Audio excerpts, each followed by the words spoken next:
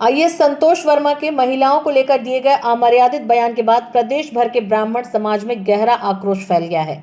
इसी को लेकर आज संयुक्त ब्राह्मण समाज ने प्रेस वार्ता आयोजित की, जिसमें समाज के पदाधिकारियों ने संतोष वर्मा को त्वरित प्रभाव से बर्खास्त करने और जेल भेजने की मांग की। ब्राह्मण संगठनों ने चेतावनी दी कि यदि सरकार संतोष वर्मा पर कड़ी कार्रवाई नहीं करती है तो 14 दिसंबर को संयुक्त ब्राह्मण समाज मुख्यमंत्री निवास का घेराव करेगा। प्रेस वार्ता में समाज प्रतिनिधियों ने बताया कि प्रदेश भर के 65 ब्राह्मण संगठन घेराव में शामिल होंगे। उन्होंने कहा कि महिलाओं के सम्मान को ठेस पहुंचाने वाले बयान पर समाज अब शांत नहीं रहेगा।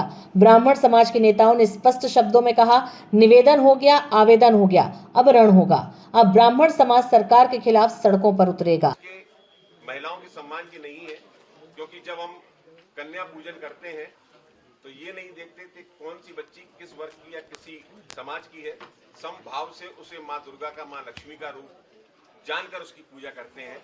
और ऐसे में यदि कोई जहरीला व्यक्ति इस तरह के उद्गार प्रकट करता है और कानून अपना काम नहीं करता तो आक्रोश होना स्वाभाविक है।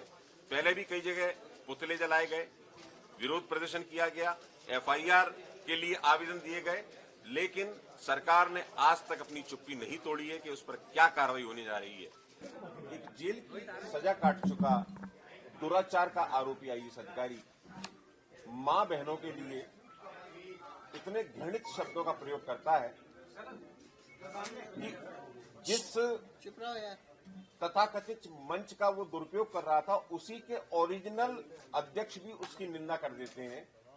पूरा समाज उस वर्ग, जिस वर्ग का वो था, वो समाज उसकी निंदा करता है। जयेश जैसा संगठन उसकी निंदा करता है। कांग्रेस, बीजेपी के तमाम नेता, प्रदेश सरकार के तमाम नेता उसके उस बयान की निंदा करते हैं।